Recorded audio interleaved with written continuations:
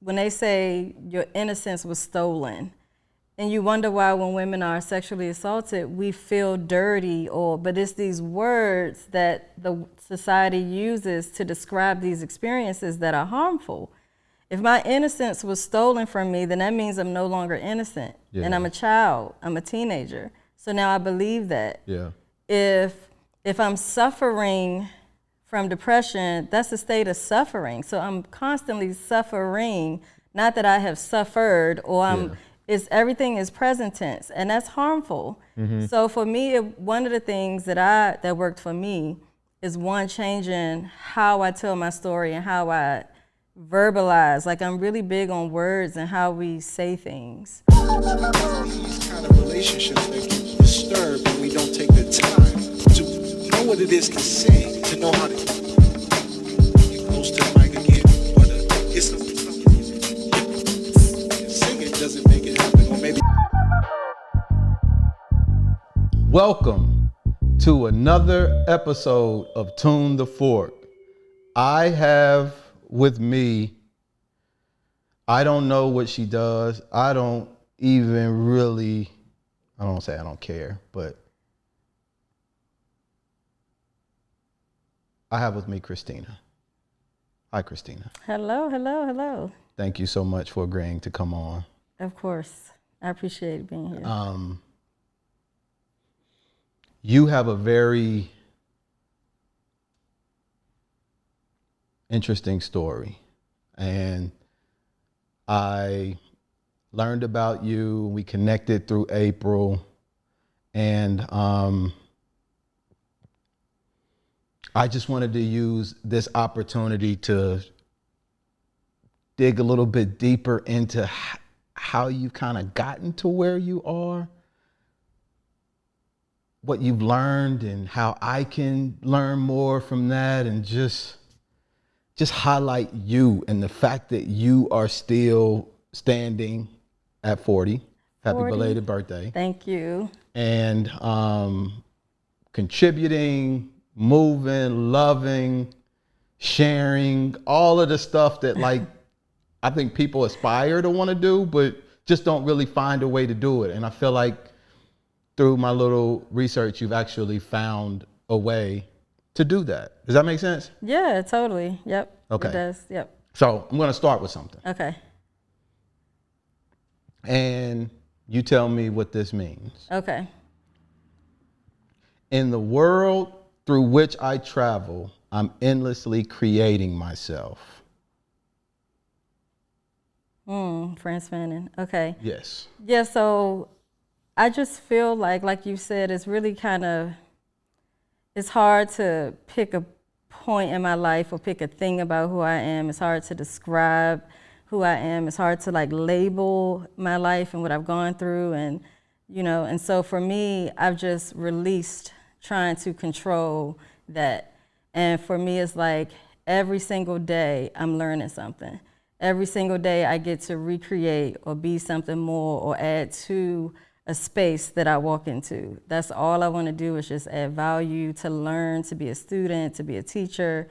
And so every day I just feel like I get this opportunity to build on top of what I've already become. I just want to always be more and learn more and evolve and morph into all these different things. I just feel like life has endless possibilities. I've seen it. I've seen what can happen. So for me, that's what that means. Are you a mother? I am. How many children? I have 2 children, an 18-year-old and a 15-year-old, and Okay. we recently adopted, and he's 13 now. Okay. Yep. And the 18-year-old is a girl and? A boy, my son. So the boy's Yep. 18. And my daughter's 15. Okay. Yeah. I love the way you write. You've got a really good way Thank of you. expressing yourself in your posts on Instagram. Are you a writer in your regular job or something? So my regular job, I'm a communications director for a mayor. And but I've always written. When I was growing up, I didn't talk a lot. I was very super shy, intensely shy. And so as I started going through things in my life, I realized that I could write to get some of those emotions out.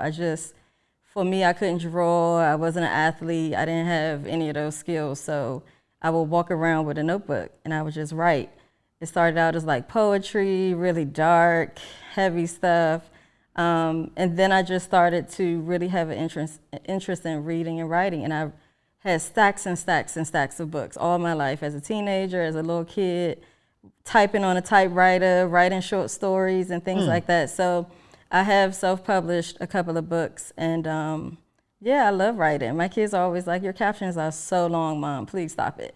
But I start off and then I'm like, no, I gotta put this in there too. So yeah, I'm a writer. I think it's very, I kind of get lost in it in a way, because you do a really good job of capturing the attention and then creating like these images that people can actually, I won't say people, that I follow and track and move down. Yep. So now the fact that you're a a communications person, it just makes total sense. You posted, you're 40, you just had a birthday. How do you feel? I had a whole big 40th birthday party and enjoyed myself. Yeah. How has the other side of 40 kind of changed or shifted or anything for you? I just feel like I'm a suicide survivor, so every single birthday since I was 17 has been a big deal for me. A lot of them I don't remember. A lot of the other milestones, I can't even tell you where I was, what I was doing. 21 is a blur, 18 is a blur, all of those are blurs. And so as an adult, every birthday that I've had, I have tried to make a big deal out of it because I just appreciate life so much. And for me to reach 40 and look back at some of the times in my life where I was just like, it'll be so much better if I'm not here.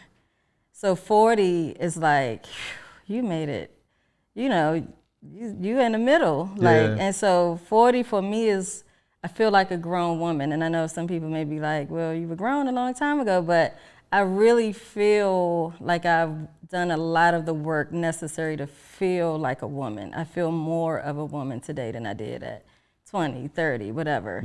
And so, yeah, 40 is like a big deal for me. I'm excited. I'm not like, I don't feel old. I feel as energized as I did before. Like, I feel like I'm in the best shape and mental space that I've ever been in. So I'm super happy about 40. So obviously you just dropped a bomb like the Gap Band. And so I want to, is it okay if we visit that for a minute? Okay. Yep. So I'm going to do that by reading your Instagram post. Okay.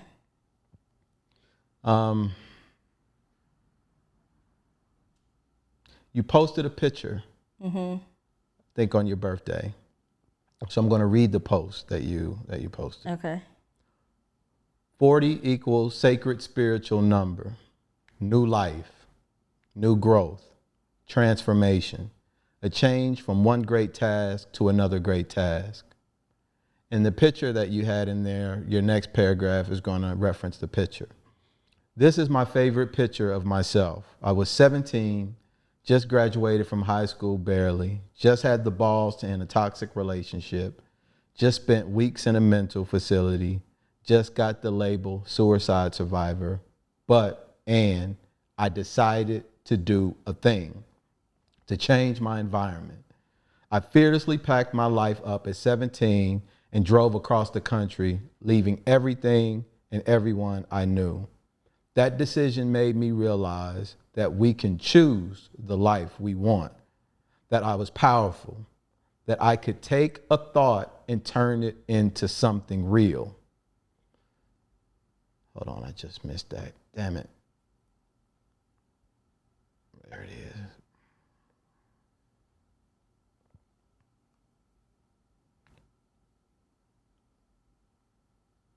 This little girl had to fight, survive, figure shit out, build walls, make mistakes, self-destruct, and be made over and over again. And then below that, you wrote something to her. Today you can rest. We don't have to keep telling that story, baby girl. I got us. It's beautiful here. You can rest now. You can love and be loved now. You know your worth now. I got us from here. We're safe. This next half of my life reminds me that I'm so much more than a survivor. I'm a healer, a thinker, a writer, a lover, a mother, a student, a teacher, a motherfucking unicorn. I'm living my life for this girl because she deserves something beautiful. Yes. I got teared up reading it the first time. Yeah. And I'm getting teared up just now, reading it. What was going on at 17? So 17 was a real rough age for me. At 17, I think I started to really process all the things that had happened to me previously. And so I was trying to go to therapy. My father had put me in therapy. They basically prescribed me Zoloft. So at that age, I was already on Zoloft. I was in a really, really bad relationship with a female that was really, really, really toxic. It was pulling things out of me that I didn't even know existed. I was struggling in school. My family was still super poor, so I was trying to figure out ways to get money. Just a really, really dark time in my life, exiting another abusive relationship that started way too young. I was like 14, dealing with a guy who was physically abusive. My whole neighborhood knew this was going on. Then I left that relationship and got into another one with a female who was verbally and physically abusive. And so all of these things were just bubbling up. All the things that I had gone through, that I had seen, born into a family where everybody from my grandmother to my relatives were all on drugs. Just what that opens you up to, being in that environment where the adults that are there to protect you, they aren't able to protect you. They aren't making good decisions for your life. And so all of these things came to a head one day, and my father had sent me to live with my mom for a little while. And she didn't raise me. My dad raised me from the time I was like 3. And so to go back and live with her as a teenager, this woman that I barely knew, she was clean now and, unapologetic for what she wasn't there for. And so we were struggling. I'm a teenage girl trying to figure out who I am. Can't talk to my mom about these relationship things that I was going through. Couldn't talk to my dad really about it. And I just started to feel this weight, like it would be so much easier if I just wasn't here. Like my dad wouldn't have to struggle and figure out how to buy me clothes. Nobody would have to figure out how to feed me. I wouldn't have to work so many jobs or date people that I don't really want to date just to survive. And so, even keeping up with my friends, like high school, that's when everybody fly. Back then, everybody was like Iceberg and Versace, and I'm barely like having soap to wash, And right. So keeping up with that and trying to just live in DC in the 90s, friends passing away, I just felt like there was nothing positive in my life. Like there was no reason to stay around. I had younger siblings, and they were the ones keeping me around this long. Mm-hmm. So one morning I woke up, I was supposed to be getting ready for school, and instead I decided to write in my journal. I wrote down a couple of passages. I can't really remember what they are now, but I just started taking a Zoloft, one pill at a time, until I blacked out. And the next thing you know, I woke up in Washington Hospital Center. And my dad was like looking at me, and they were getting ready to put the tubes up my nose to pump my stomach with they use like chalk or tar or something to get the poisons out. And seeing a look on his face, like, because my dad and I were super close. He raised me from 3 or 4 years old, like just us. And so to see the shame on his face, I didn't feel like he was ashamed of me, but ashamed of himself. Like I failed my child. Waking up to that and seeing him was just like that vision in my mind is just still, that was enough for me to say, okay, even if not for me, I'm never going to try to take my life again because of him. Like I never want to see that pain on my dad's face, who I know tried his very best with the tools he had. And so from there, they sent me to the Psychiatric Institute of Washington on Wisconsin Avenue. And I had to be in there. I had to stay in there because they were afraid that I might hurt myself or hurt someone else. And so while most of my friends were preparing for prom and graduation and all of these things, here I was in a mental hospital with boys who sexually assaulted their siblings, with kids who were just going through all sorts of things. And even in that, I was in denial. Like, I don't belong here. I'm not like them. I don't have a problem. And so that's where I spent a large majority of my 12th grade year, was in a mental facility. And that's what I was gonna ask, cause like, there probably was no words for like depression and those kinds of things. It was just like, this is how you feel and this is what you do when you. Yeah, it was. So I went through therapy from probably about 7 off and on, but it was, we were poor. We had therapists at the YMCA. I had therapists at like the local church. I had, not to discredit them, but I don't think that they understood the severity of the trauma that I had been through. And so I don't think that they even knew how to connect with me. So at some point, the doctor told my dad, like, and Zoloft was kind of new during that time. And they were like, if we can kind of ease her a little bit, put her on this medication. And I still didn't know why I was on the medication. I just figured it'd make me happy. And I took it. I got you. And it wasn't working. And then later I found out that there were harmful effects for teenagers during that time because they were still sort of working it out. And some of those effects were, psychotic breaks and harming yourself or harming other people. So, but yeah.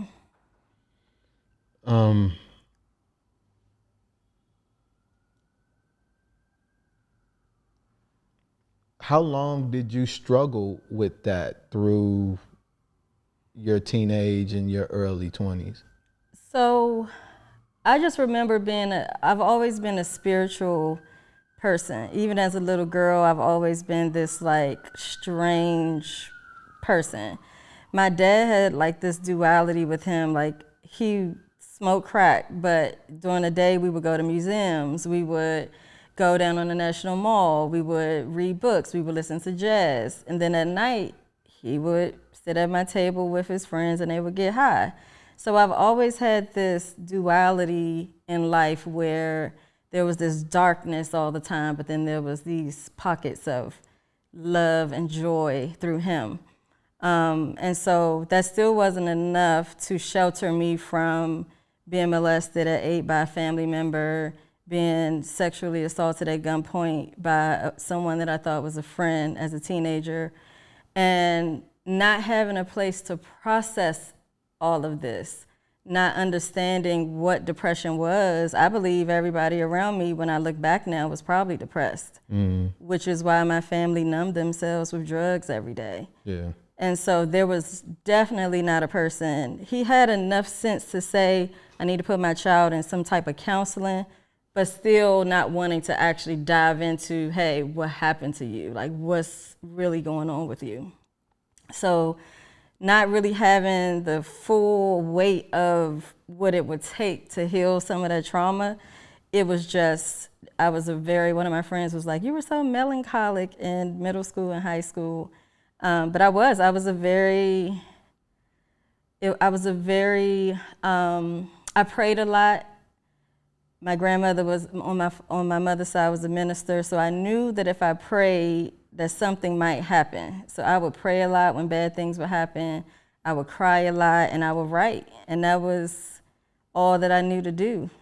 And then as I got older, some of that depression manifested itself as, you know, self-destructive behaviors, drinking, using drugs, having sex with people, being promiscuous, all the things, wanting to be on the scene, fighting, you know, that being intoxicated from like dating people who just had these lives that there was always something going on, having this noise around me all the time. I think I found comfort in just all the craziness. And so It was I like a never, distraction? I never really had the time to sit and be like, this stuff is not normal. We didn't have words for it back then. Yeah. There was no self-care back then. People taking breaks. Even when I went in the hospital, I felt weak. I was like, my friends' parents on drugs, my friends have been raped by the neighborhood guys. Like, why was I so weak? That was what I kept feeling. Why did I break down when everybody else is still going and going and going? So yeah, it was difficult not having the tools to navigate through that. So I just wrote about it. I just wrote. It's I don't you know, it's I think about that. My teenage years were very tough too. And it's almost like you're talking about another person in a way. And when I think back to that teenager, I never really had the courage to do anything to myself, but I was the wildest motherfucking kid. I was doing everything I could to put myself in harm's way to just end this like perpetual feeling of just despair. There was like literally no, I felt like there was no path forward, no way out. Everybody's around me is this way to this degree. And the normal that felt just was debilitating. And the only way I knew how to make myself feel better was to just engage in such destructive behavior. But I was doing that with like other people. And as you're talking about your situation, it's reminding me, because I don't talk about my childhood the way that I used to, because I used to glorify, like so much of what I was doing back then is like glorified now. Yep. And I'm real sensitive to making sure that I'm not glorifying certain lifestyles and certain behaviors because of why I was doing it wasn't, you know, healthy. And maybe that's why we see kids, you know, sell drugs and rob people and go shoot up shit, because they don't have the words or the emotional maturity to express it in, you know, more constructive ways. Yeah. But I was that guy, you know, showing up, you know, like that. That's true. I always say that homicide is suicide expressed outward. I really feel like a lot of times when people are hurting other people, in some way it's deeply connected to the pain that they feel inside. For me, I didn't hurt anybody else. Mine was reflected inward, but I can absolutely see how some of these young men who don't have the emotional intelligence to say, like, we really only use a few basic words. I'm mad, I'm sad. We don't really even know other words to describe what we're feeling in order to get to the real cause of what you're feeling. Because you might not be mad, you might be disappointed, you might be hurt, you might be scared. There's so many other words that we have to use to be able to understand our feelings. I felt neglected, I felt abandoned, I felt so many things growing up that I just had no space to really express that. And so, yeah, it was definitely like really, really dark, but there were also these like moments where I just had this goodness inside of me that I just tried to hold on to. Like I couldn't hurt other people. I always wanted to make, if I'm dating somebody who is known as a killer or something, I'm going to try to convince him to go to church. I'm going to try to convince him to read a book. I'm going to try to, it was always that thing in me that subconsciously knew that it was something else going on, that it was something else for us, for all of us. And for even my you whole didn't have the neighborhood. words for it. Yeah, and I didn't know what it was. It was, like I remember one time we went still in at Pentagon City and then went to Martha's Table to a church service. It was like this, I don't know, I always was trying to like, I don't know, bring some light somewhere. Yeah. That's it. Yeah. So what was y'all stealing, like clothes? Stealing clothes. That was when bongos were out and we would go to Pentagon and steal clothes. Martha's Table. And then coming back, because I grew up uptown, coming back up 14th Street, I knew about Martha's Table because my dad and I used to go get free food from there. And it just so happened they were also having a little church service that night. So we took our stolen goods, and I was telling my best friend, I was like, we should go in here and just sit for a minute. And we just walked in the church and sat in there. It was real small, probably like 15 people, and had church and left back out and probably was back out in the streets later. Are you still into church today? I don't subscribe to any religion. I've always been spiritual. I definitely believe that there's a God. I study many different religions. But yeah, I cannot do anything without like my relationship with God and the strength that I know that I have. I talk to my ancestors, I have an altar, I do all the things. And I'm just stepping into that over the last like 8 years or something, recognizing like that power and that connection between those that came before us. Your story sounds like a movie. It sounds like a movie. Do you still feel connected to that 17-year-old girl? I do because I feel like she really was misunderstood and not heard, and I try to make sure now, like, you know, even me learning how to be with my husband and to kind of let some of those walls down and to relax into this space.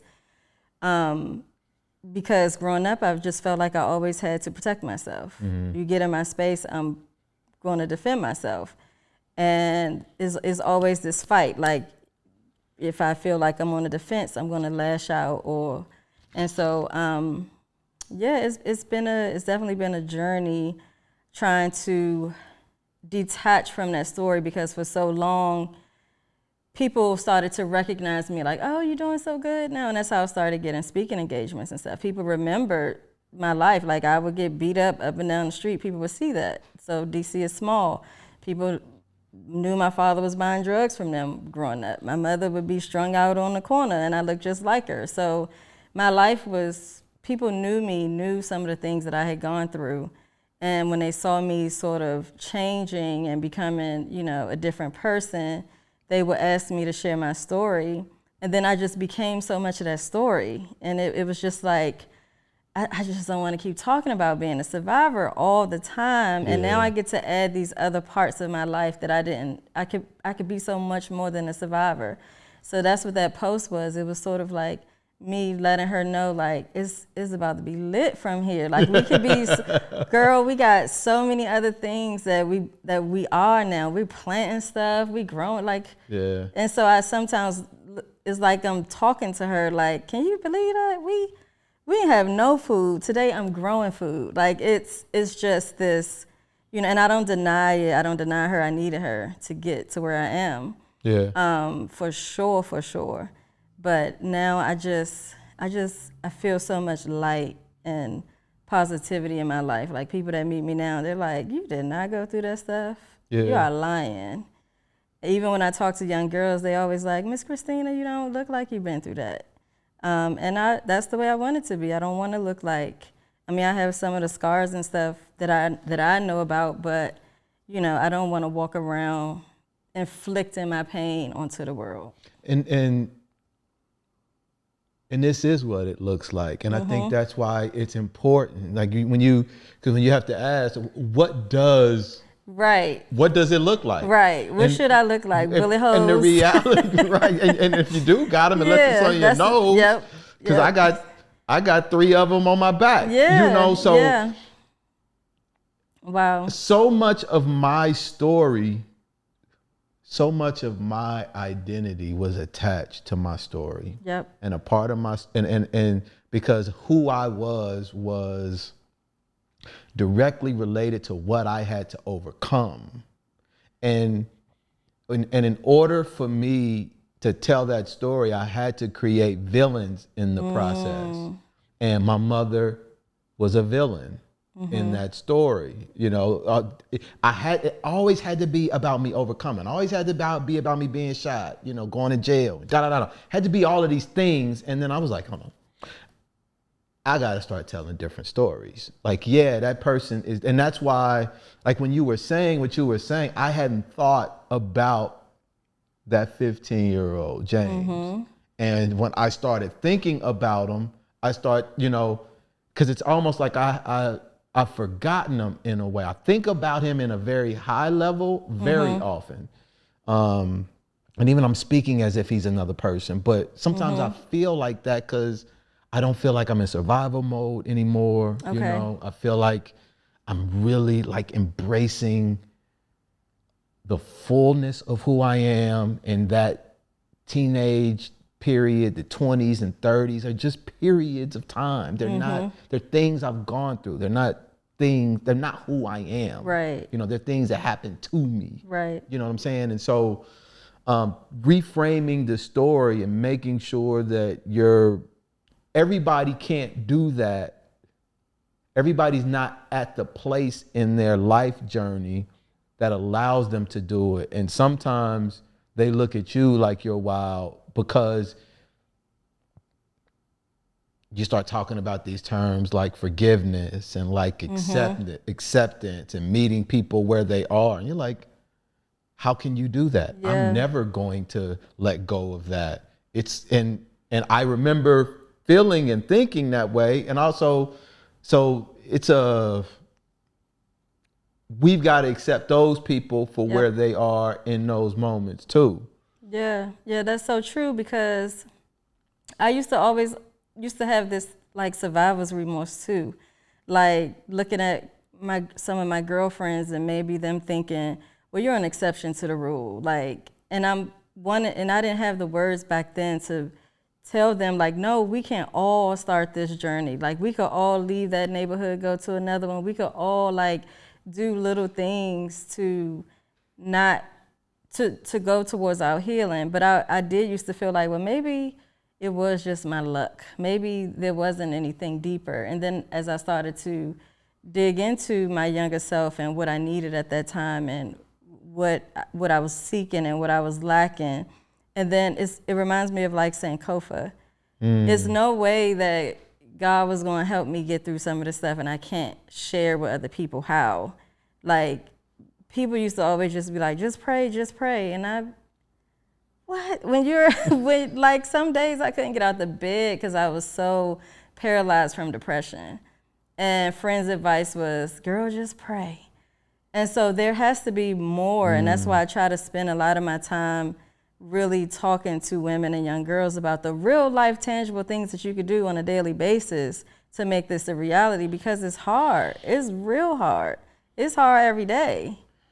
And so I think part of that too is, as when I think about my 17-year-old self, if I keep us tethered too much and go too deep all the time, it will bring back those emotions. And then I try to, like you said, on a high level, I think about her, or for the purposes of sharing for somebody else's sake, I'll pull it. But yeah, it's definitely like, you can't be, some people are so attached to their stories that they can't move forward.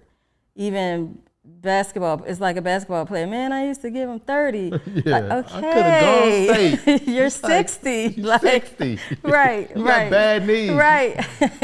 But you get so tied up in this one part of your identity, and the world makes us feel bad for having all these different parts of ourselves. You can't have 7 hobbies. You can't have 4 jobs. You can't be good at all these things. Yeah. You can't be.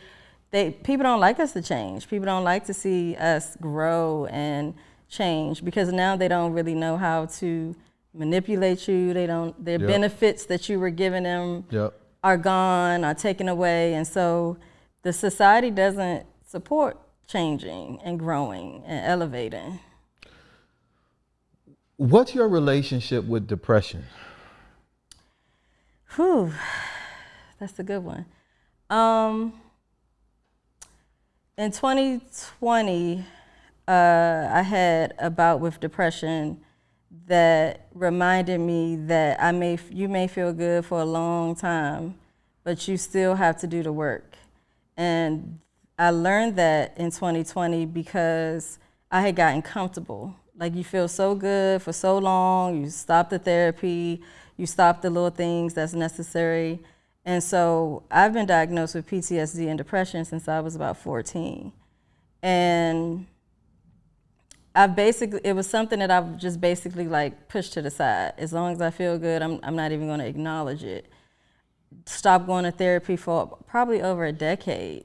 And then in 2020, basically my daughter's school made a mistake and led me to believe that my husband was sexually assaulting her, which he was not. And I believed this idea for about 2 hours. And I'm sitting in their room trying to convince myself that my husband, 1, could do this, or that 2, my daughter's lying, and where did I go wrong where she would lie on her dad, who she's super close with. And so that particular thing, after that, I started having these major like panic attacks. I went back to work as normal, by the way. I just went back to work, started working like nothing happened. And then days after that, I started to have these really, really bad panic attacks to the point where I couldn't drive, I couldn't do anything. I never had panic attacks before. I thought I was having heart attacks. And eventually it reminded me that the trauma from me being sexually assaulted still needs to be worked on. It's still there. You found a way to successfully maneuver through life all these years without it bubbling up, or maybe you didn't notice it was bubbling up in other ways. And now I had to face that head on. But in 2020, 2021, I lost friends, I lost my job, I couldn't get out the bed, I couldn't take a shower. I literally had to write on the wall, like, what's the most important thing for me to do today? Eat, take a shower, brush my teeth. That's all I got for today. I mean, my husband will have to, she don't feel like talking today. She can't come to the phone right now. She all right, I got my eyes on her, she good. My kids, my daughter coming in there, you know, hugging me, Mom, you okay, and all of that. But,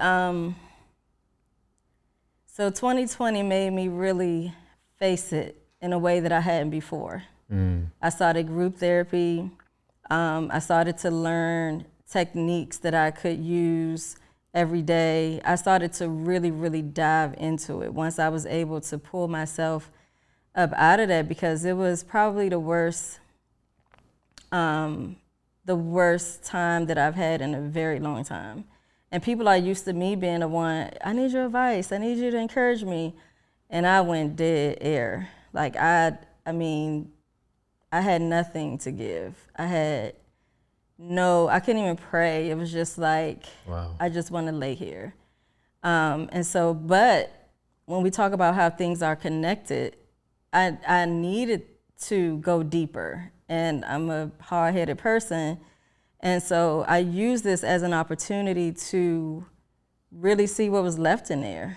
Like what was there that I haven't fully dealt with. And so I use that as an opportunity to just go deeper with my therapy, try different things, try different techniques. Still not on medication. They gave me medication again. I chose not to use it. But whatever people need for themselves, I encourage it. Yeah. It's just for me, I've had bad experiences on medication. I become violent to myself, towards other people. So, but yeah, my relationship with depression has been A roller coaster. I don't go around saying that I have depression to people. PTSD is a real thing. Yeah. Yeah, it's a real thing. You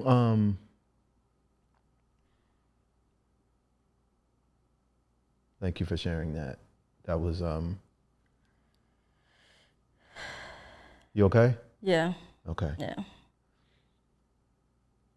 So you had an extended period of time where everything was going well. Yep. And you started, and it gave you, I guess, a false sense of security that you were fixed or Yep. good or whatever. Exactly. You get hit in 2020 with this thing, and it forces you to go deeper, which was something that you knew you ultimately needed to do anyway. Mm-hmm. Where are you now? I feel good now. On days when I don't beat myself up for it. I realize like there's gonna be ebbs and flows. When I can, it's like I know myself now. I know when it's becoming overwhelming. I know I'm not gonna let a job stress me out. I'm not gonna let like whatever that thing is, I give it to myself, whatever I need. If it's sleep, because I used to feel guilty about sleeping. Like I used to feel like you gotta grind, you have no degree, you have to elevate yourself, you have to work harder than everybody else. And so I was always doing so much. And now if I wanna rest, if I need to take off work, if I need to go run, if I need to go to the gym, whatever it is, I give it to myself. I give myself whatever I need. If I need to tell somebody, I'm not qualified to have this conversation right now, I don't have the energy, I'm okay with that. Yeah. Friends that I don't feel our time together is beneficial for either of us, we don't have to spend time together. And so I just really protect myself and my peace and my space like I've never protected myself before. What was your process? And I'm asking because I think it's important.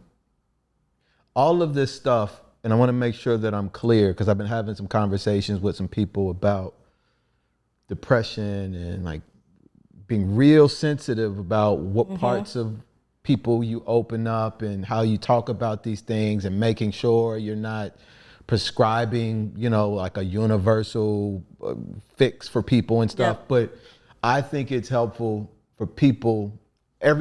Depression is such a broad word. It's a word, first off.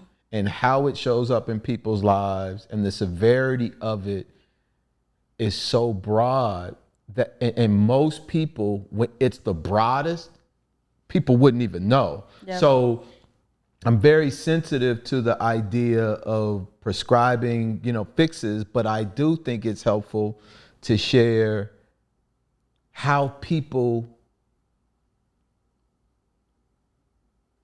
learn to live with it and develop a relationship with it in a way that allows them to move forward and to be healthy. Like even for myself, I used to think I was broken. And I spent all this time asking why and trying to fix myself, only to come to the conclusion, ain't nothing wrong with me. Yep. Like, there's nothing wrong with me. That doesn't mean I don't have to do certain things in my life to maintain a certain trajectory, but I don't have to walk around here victimizing myself, calling myself broken, saying that I'm suffering from all of these things. Like life is suffering. It's what we make it. We can choose a lot of different things. I'm going on a tangent just to say that there might be people who aren't where we are that are still trying to figure out what levers to pull in their relationship to get through. Yep. And one of the real fucked up parts about depression is you don't feel like you can get out of it. And when you don't see people talking about how they got out of it, Yep. you literally feel like you're the only one. And like, since there's no hope, then, well, shit, let me go ahead and do this thing over here. So Yeah. that was a lot. No, you're absolutely right. I get where you're coming from, because one, the words we use, like when they say your innocence was stolen, and you wonder why when women are sexually assaulted, we feel dirty, but it's these words that the society uses to describe these experiences that are harmful. If my innocence was stolen from me, then that means I'm no longer innocent. Yeah. And I'm a child, I'm a teenager. So now I believe that. Yeah. If I'm suffering from depression, that's a state of suffering. So I'm constantly suffering, not that I have suffered, or everything is present tense, and that's harmful. So for me, one of the things that worked for me is, one, changing how I tell my story and how I verbalize. Like, I'm really big on words and how we say things. There's a video that I listen to when I'm really, really stressed, and it's called I Am. And I literally fall asleep to it, and it has this frequency, and it's this calming voice, and he's just like, I am worthy, I am all these things. And it's just 5 hours of somebody just saying, I am, I am, I am. And it literally, during my worst time, it brought me to a place by the next morning I felt like I got a full night's sleep. Another thing that I do is my diet. Is simple things, like it's things that we do on a regular basis that contribute to us feeling depressed. Yep. Not getting any sleep, the things that you watch, the things that you read. At my lowest point, one of the things that I did was I decided that I didn't want to talk to people, but I needed to be outside.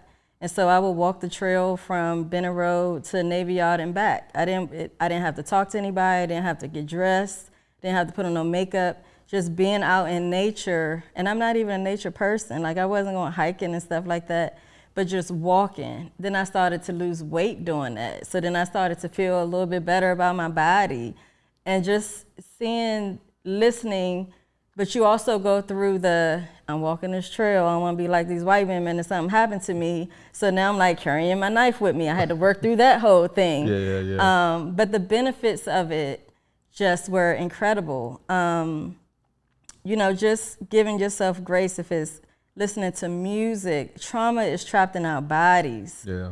Moving your body, cut on some go-go, dance around a room, like whatever gets your body out of this space where because you could feel it. The depression would just tell you lay in bed all day with the covers over your head. For days, I could do that. And at some point, even if it's opening the blinds, even if it's splashing water on your face, you really have to take baby steps and do the things, try out different things to see if they make you feel better. It can't be alcohol. It couldn't be alcohol for me, because that would just make me cry and think about all the horrible things that I've gone through. And so it was growing a plant. I was like, damn, you feel really fucked up, but look at this plant that's growing. Like, you did that. This plant in your presence is growing. So there's some good in you that the world needs. So there are just small lifestyle changes. I got in group therapy. I never thought I wanted to do group therapy. And you can have Medicaid and see a therapist. They're free through most Medicaids, local health insurance. And even if you don't like it, you could sit on there and be quiet and listen to other people's stories that may be able to impact you. But for me, it was those like small tweaks within my life. It wasn't a grand thing that I did. It wasn't one thing. It was all the things. And I still do introduce new things to my routine. So. And that's the thing too. And that you think it's a big thing. It's not an event. It's like an ongoing. Small. And I can start to feel it's a relationship. Depression for me is a relationship. I look at it like a person. And I carry that person along. It's like a family member. And like, how do you tolerate like a family member? Like you can't, it's a brother or something. So I know when things I can feel inside of me, because I've been carrying it for 46 years, what's going on. And I'm healthy enough and committed enough to the process of being present for the people in my life who depend on me to stay on top of the things that I need to do so that I don't let it snowball and become something unmanageable. And when I feel those things, I'm not calling them bad anymore. Yeah. I'm not saying, oh, that's bad. Okay, that's a feeling. A feeling isn't good or bad to me. It's like, what? Okay, it's a feeling. What am I going to do about that? Okay, and then I might feel it that way. Oh, I'm feeling that again tomorrow. I'm feeling that again today. Oh, I felt that the other day. And then I'll start taking inventory. Am I outside more? Yep. What is my food looking like? Am I drinking enough water? And as small as this shit is to people, it's huge for regulating these emotional and mental states for me and for a lot of people. Most people I see who sit down and we talk about depression, all of them talk about being outside. There's not one person I have spoken to who suffered with depression who hasn't used being out with nature as one of the things that makes them feel better. So same with the diet and eating and moving. Like our sedentary lifestyles now, I feel promote these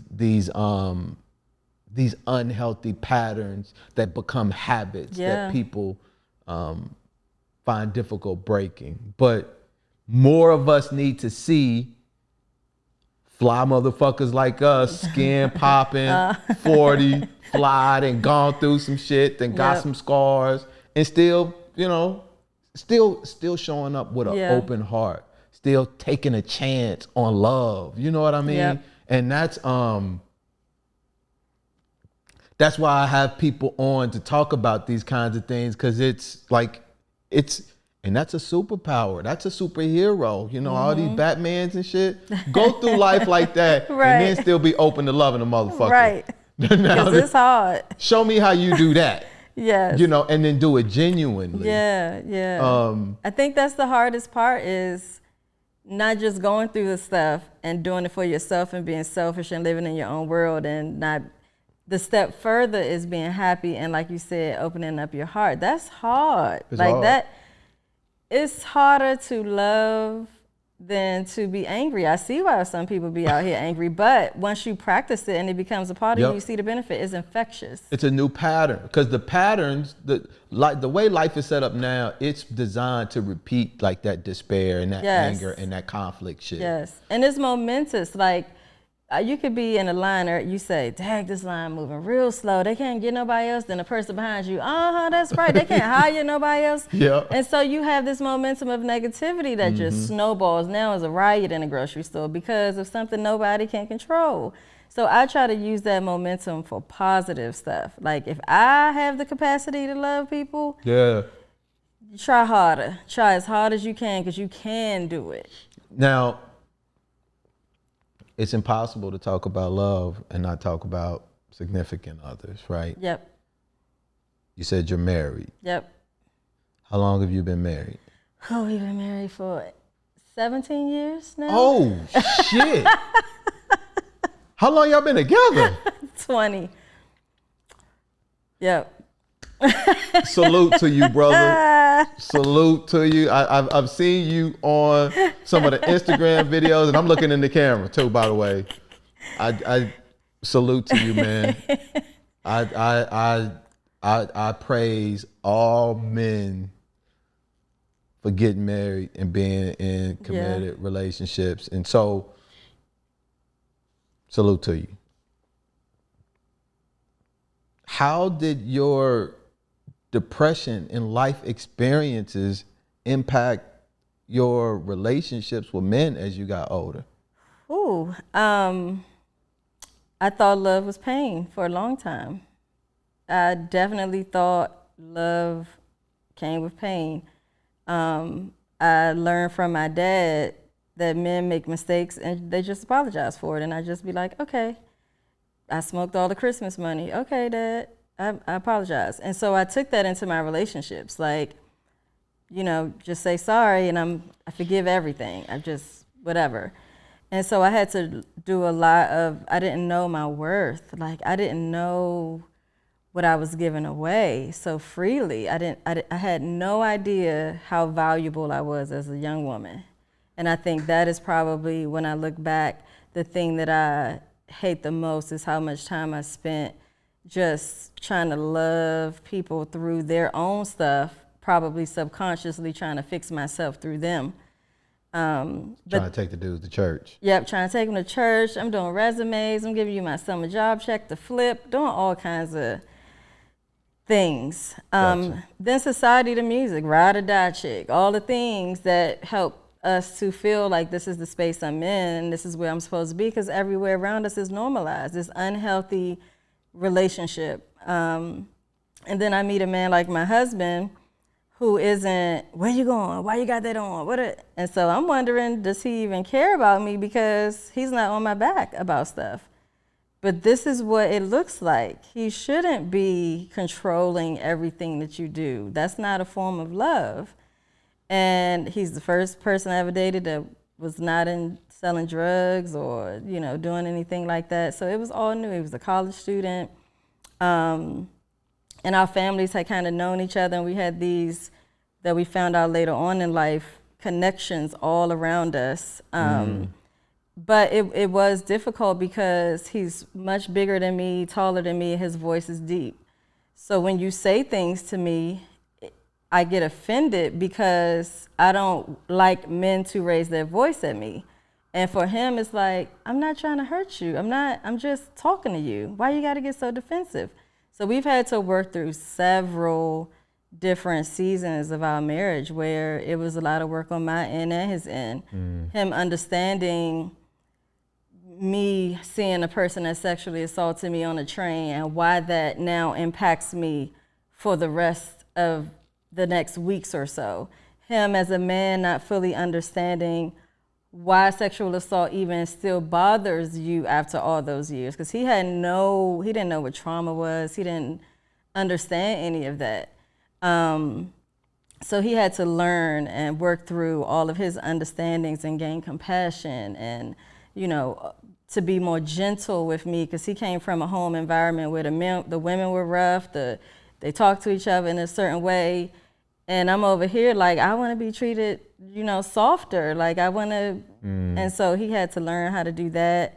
But yeah, having a wife that's depressed, because it could have went the wrong way in 2020. If he had not responded in the way that he did, I don't know if I could have stayed even in a marriage, because it required so much compassion and love in that space. And he came through like he was a professional. What do you need? What do you want me to tell people right now? What can I do to help you get through this space? Do you need me to wash you up? Like, it was a lot for him to work. I'm at home, he's coming home from work, he's paying all the bills, he's doing all the things. And depression is telling me, you're a burden to him. You're putting more stress on him by not working. You need to find a job. You need to be out here doing something. You need to hurry up and get yourself together because you're a burden on him. And that was depression telling me, and he would be like, did I ask you to go find a job yet? Did I ask you to do anything?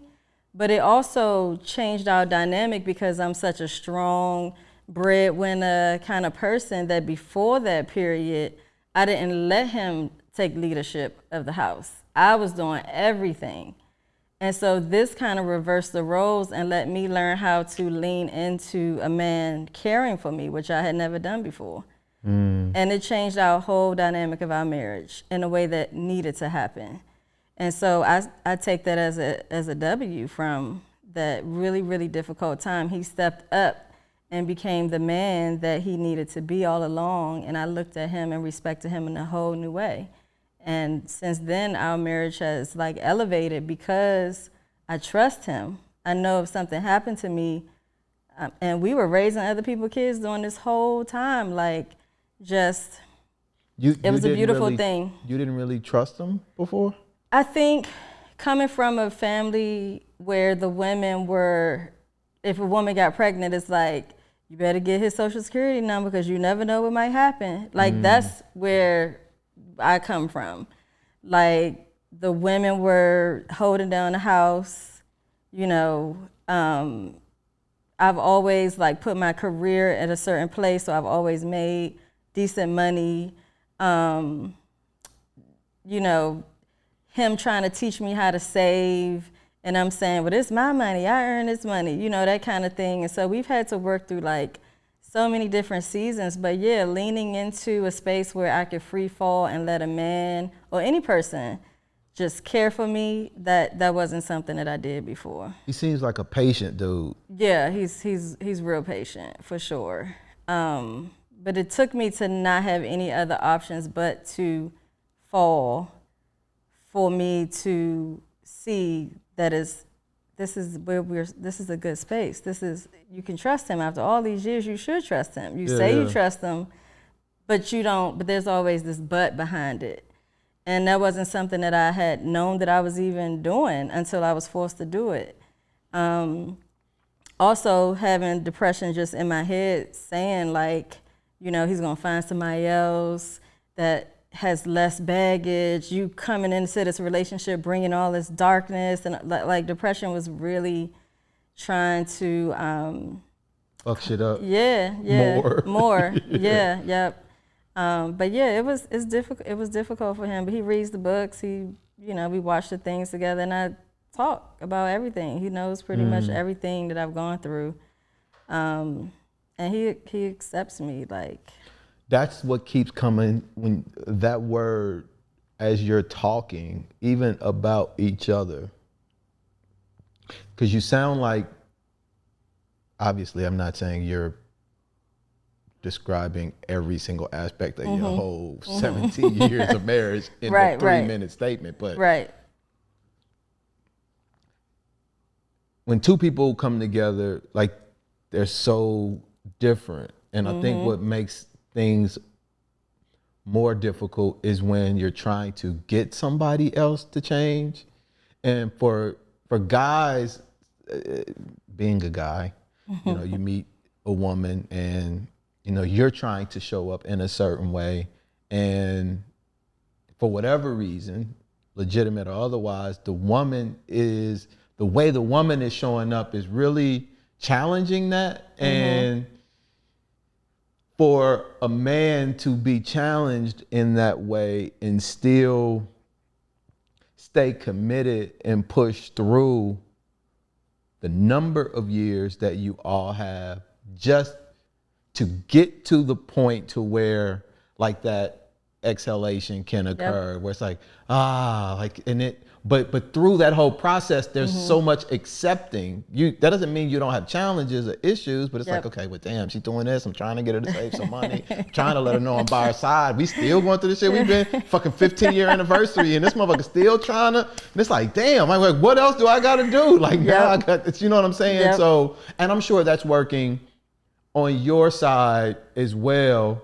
But acceptance, as you were talking, is just something that just seemed to just keep coming, like, damn, they must, you know, me and my lady been together for, I don't know, she would have to give me the exact number.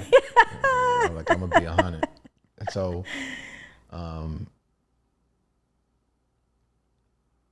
but where we are now from an acceptance standpoint, it's like, how do you take care of yourself? How do you reduce the level of responsibility on another person to just, I don't want you to be responsible for my happiness. I don't, it's not fair to you. You know, I don't want you to have to contort or to do all of these other things. You just show up and be the best you can be, and I'm gonna figure me out. You know, and if depression comes along with that, if, you know, a hug in the times when I don't want to give you a motherfucking hug, you know, just, you know, it's all those little things. But no, that's it's beautiful to, what's your husband's name? Jamal. Salute to you, bro. But so it sounds like the depression and some of that other stuff wasn't a real big strain. Like you got lucky. Yeah. Yeah, I don't feel like depression has really gotten in the way of much for me. I feel like the majority of my life, I have not had to even think about depression. Now, I'm not saying that it wasn't manifested in subtle ways, but I've been able to have a successful career. I've been able to get married, have a thriving side business, and all types of things without medication, therapy, anything. But I do think that, this last situation made me realize don't get comfortable. Mm-hmm. And so going forward in my life, I'm never going to just because I feel good. It's like a relationship. You have to keep doing the things that you were doing in the beginning to keep the relationship going. So that's how like you said, I guess it really is like a relationship. Like I have to keep feeding myself the good things in order to keep a good relationship with depression. And I don't say like my depression, like it's certain things that I hear people say that I won't use those terms either. In order to get to where we are in our lives, I feel requires us to really implement a lot of the things that people speak high level about. Mm-hmm. Acceptance is one. Forgiveness is probably, I think, in my mind, I think they're kind of the same. Yeah. Just they're different, like there are a couple tweaks on them. Mm-hmm. With all the things that you feel have happened to you, how do you forgive? I think with my parents, forgiveness came with me understanding drug addiction. So once I understood drug addiction and how it chemically changes who you are, like how could a woman not raise her child? How could someone leave their kid at home for days alone? Those behaviors, if you look at them outside of the context of understanding drug addiction, that your parents have their own lives before you, that you have no idea what they were dealing with as a young woman, as a young man, or whatever the case may be, what led them to that, not knowing their stories. Once I started to dig into that in terms of them, I started to have more compassion. I started to open up a lot more, not making excuses, because we all have a load to carry. But it looked like me educating myself on drug addiction and understanding it's not personal. It could have been any child. It wasn't me. It was their situation manifesting itself as that. It could have been any child that they had. It wasn't me personally. Kristina did something that made my parents not take care of me properly. So once I made it not personal and I started to educate myself on that, and our parents come from the old school. My father's passed away now, but my mother probably won't never apologize. She expresses her apology through being the best grandmother that she can. Their generation they really just don't want to talk about it anymore. And I may never get an apology from her. And I've accepted that for myself. I don't need an apology from her. I know that she loves me. I know that she loves my kids. She's been sober for like 25 years now. And seeing her create a life for herself inspires me to, like, she's married and all these things. So for me, her life is a walk-in apology to me. Her doing right by my siblings, her doing right by my children, that's enough. And then with the person who sexually assaulted me, something happened years ago when I was like a teenager. I ended up at a funeral next to a girl and a baby. And at this funeral, it was packed. One of our friends had gotten killed. It was filled with teenagers and all of that. And so this girl was like fumbling in her bag beside me, and she was like, "Can you hold my baby real quick?" She never looked up. She just like, "Hey, can you hold my baby real quick?" And I grabbed the baby. I looked beside me, and it was his child in my hands and his baby's mother, his child's mother. I'm in a church, sitting beside the person who sexually assaulted me, holding this child in my hands. And I didn't know it at that time, but all things matter. Everything is connected. Every single thing that happens in this life means something. And I didn't have the social, emotional intelligence to understand it at that time. But with looking at that baby, I realized like I had created this man to be this devil in my mind. Like there was nothing good that could come from him. He was like the worst person on earth to me before this moment. And I handed her the baby back. She still never knew who I was or none of that. And I processed that later and realized that God was planting seeds for me to understand later in life that there are people who do horrible things, but I created them also. They are still my children. They still deserve a second chance. They still deserve whatever it is that I decide that they deserve in their lives. And so that moment I hold on to the idea that as long as I keep, because I've had opportunities where people was like, you want me to do something to him? And I'd be like, no, I don't. Having something happen to him would not erase my pain. It would not erase what happened. I would still have the flashes. I would still think about it when I smell things. That would not, and now I would have the guilt of this man being gone also, and we would be forever tied together.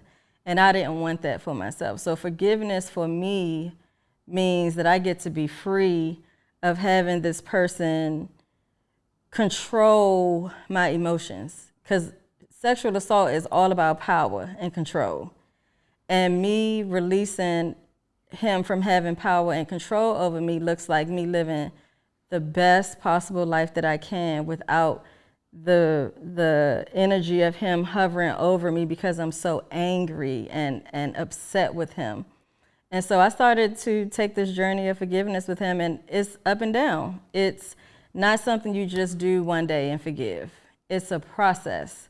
Sometimes that process, you get it right. Some days you feel like I want to turn him in when my therapist asks me. But it's for yourself. And I think that that's what we have to remember. And the small things.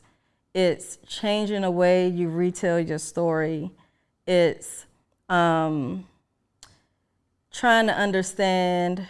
I would never understand how someone could do that to a person. I would never understand that. But I also know from understanding his story that he also went through trauma and things like that. He inflicted his pain outwardly versus doing the work that was necessary to heal. But I also have to remember, like, me having anger towards him, me wanting something bad to happen to him. And even when we say things like, because I used to say, I forgive him because look at his life, he fucked up now. That wasn't the type of, so it went through different phases of what I would call forgiveness. I didn't want that kind of forgiveness. I don't want him to have a fucked up life because of what he did to me. And so I changed those ideas in the way I felt about that. But yeah, I have forgiven this man. I've prayed for his child and the child's mother. And I pray that I was the last person that he did that to. That's probably the thing that I think about most often is like, I hope he didn't inflict that onto anyone else after me.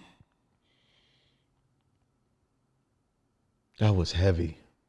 Yeah, And what you were able to glean from that with the baby and planting seeds and God saying, I made him too. Like, I think what's been helping me with the forgiveness piece is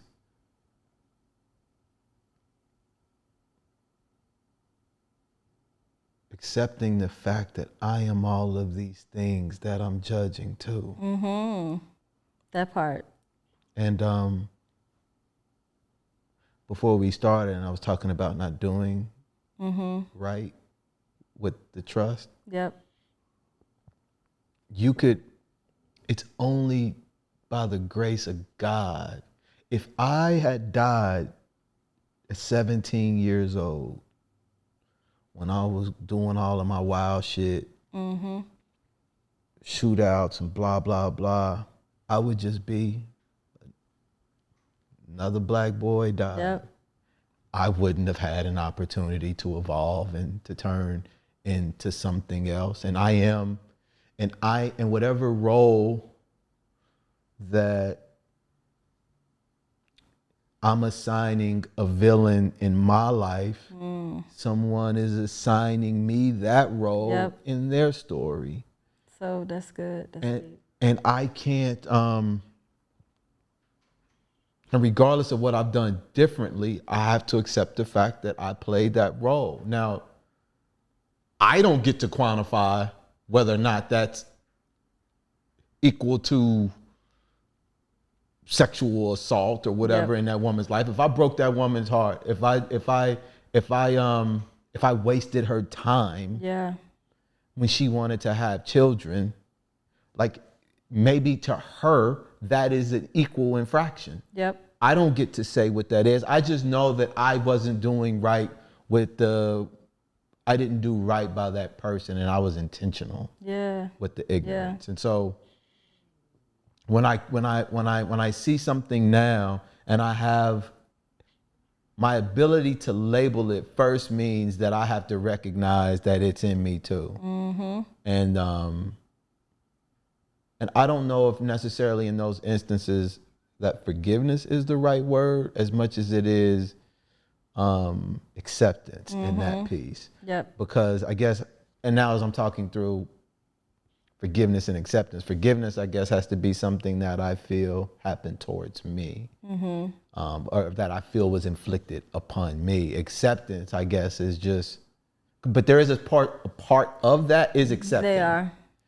But to see what somebody happened, so like with Bill Cosby as an example, I don't have to forgive him for what he did. But there is a certain level of acceptance that I feel has to take place in order for me to recognize that I'm playing a similar role or have played it. So I've got to accept that that's happened and then leave room for God, the universe, to move and do the ill shit. And next thing you know what I'm saying? I feel like I'm just saying a whole bunch of shit. No. That makes total sense because that's true. That's also a part of it. Like, for some reason in our community, we have these judgment calls that we make.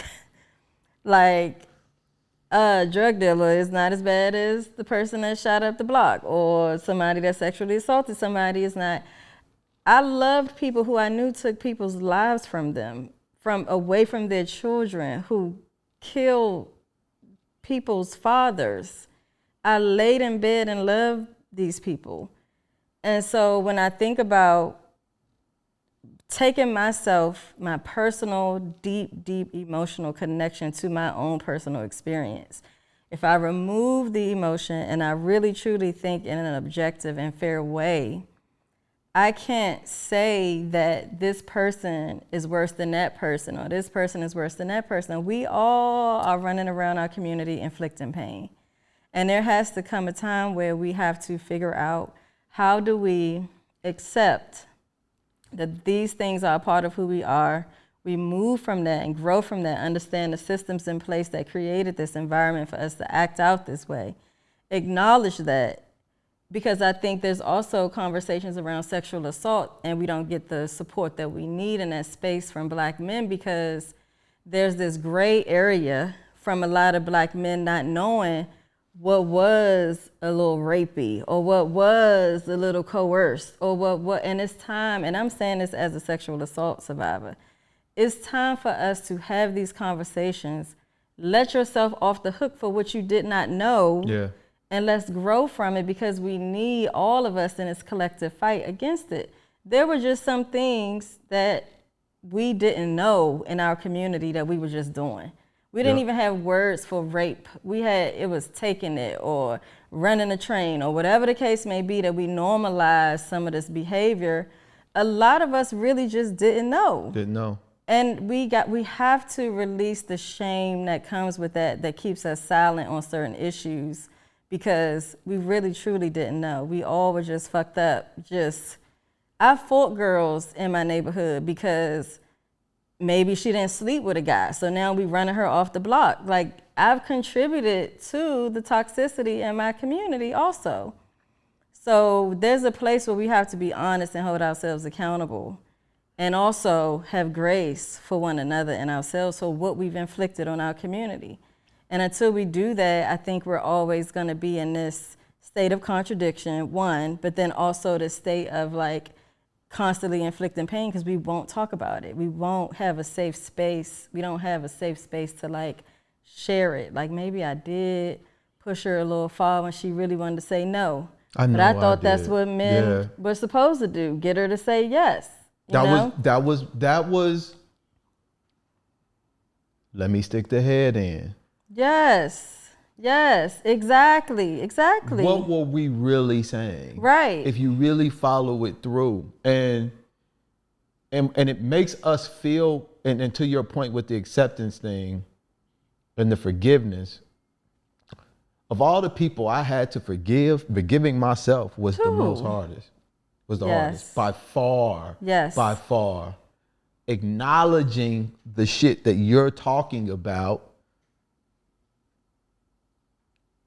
acknowledging that you're complicit, that you're participating, that you perpetuate, that you contribute. All of this shit you've got to own, because when you do that, it doesn't feel good, number one. But you don't have to live in it, but it's the path to doing something different. Yes. But you can't do anything different, and you're much more likely to point fingers at other motherfuckers because you've got this holier than thou perspective. Because you don't want to acknowledge, like all the motherfuckers you told in 1990 to let me just stick the head in, when everybody was saying do that. You go, oh man, she wants to sleep with me. You go talk to your boy. Hey man, did you just tell her? You just asked her to stick the head in? Like, you should have did that, man. And then when she let you do it, just go ahead and push all the way through. But she's saying stop. But it's such a fucked up thinking. Like but we don't want to have them kind of conversations. It's hard. As mid 40s, early 50s men. Now, you know, we want to just act like it didn't happen. And now judge the dudes who just going all in and wilding out. And it's like, nigga. That woman was still had an unpleasant experience. She still felt violated. And any woman who felt violated back then didn't really have a voice, because we were like, oh, what she said, she let us put the head in. Like, I don't mean it. No, you're right. I'm sorry. That's a conversation. I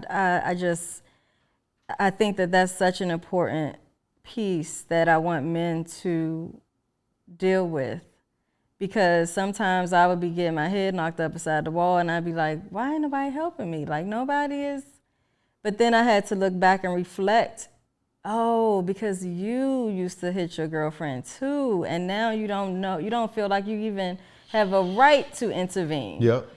Like, but we can grow. We have to give each other space to grow and change. I used to be a fucked up person. Okay, I did that.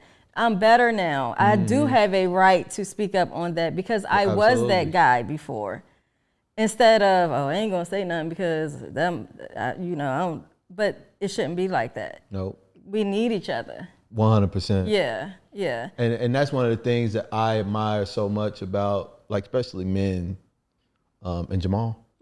Like, just staying committed. I mean, and committed don't mean perfect. Nope. Like, I hate that we got to inject all these little bullshit disclaimers. Like, because in the long scheme of what a marriage or long-term relationship is, fidelity and all of that is hella important. But you talking about a parent that died. You talking about a spouse getting sick. Like, it's so many other things that mean commitment. We only on level 1 when there's like 15 more levels. We still worry about that. Where'd you put your dick? Right. We worrying about the big piece of chicken. So I get that 100%. So, you feel okay? Yeah, I'm good. Yep. I really enjoyed the topics of the conversation. Thank you. Me too. You told the 17-year-old Kristina, you got it from here. Yep. What you want to do with the last piece? It's so much. Like, I just got promoted to a director of an agency in the mayor's office, and I thought I was done with politics. I thought now I'm in this whole new world of my career that I didn't plan for. I'm in a new city. We bought our first house. My son is 18 now. Our adoption finally went through with our 13-year-old. So it's just, my husband and I were so poor the first half of our marriage. We never got to travel. We're traveling now. Our kids got passports now. It's like so much for us to do. I'm getting into African spirituality and understanding what that means. And just trying to give back to my community. I want to read all the books. I want to just do all the things, learn an instrument, learn a language, learn all the things. I want to do everything. I want to do everything. I want to experience everything. I want to taste my food. I want to take my time. I want to slow down. I want to listen to the birds. I want to let the sun hit my face. I just want to do all the things, everything. I just want to be present in my life. That's an emotional, I just want to taste my food. Yeah. I mean, think about how many times you've gone to dinner and y'all talking, you're not really paying attention. Even when I take a shower, am I feeling the water drops on my skin? I'm like, all right, I gotta hurry up, I gotta go send this email, then I gotta go to this meeting, then we're not present in most of the moments throughout the day. And I wanna be, I used to take books to the playground with my kids, and I used to just let them play and not even pay attention to them playing because I was so busy. I want to not have a phone. I want to sit and converse with my daughter and look in her eyes and listen to her and let her know that she's being seen. I just want to be more present. I feel goosebumps now. I never used to feel goosebumps, but I think because I'm making myself so still and present in certain moments that I'm starting to even notice like changes, small things, and how I respond to life. And when you slow down and just quiet yourself, you realize like all of this stuff is free. I've been spending money on having these joyful experiences when all of the stuff that I want to experience is like literally free if I just be present. My grandma's getting older. I look at the veins in her hands. I look at the wrinkles. I look at her moles on her face. I just want to just suck up every moment and just be here. And I think that's what I owe every part of my younger self. And my dad, who couldn't live out his dreams. That is beautiful. Thank you. That is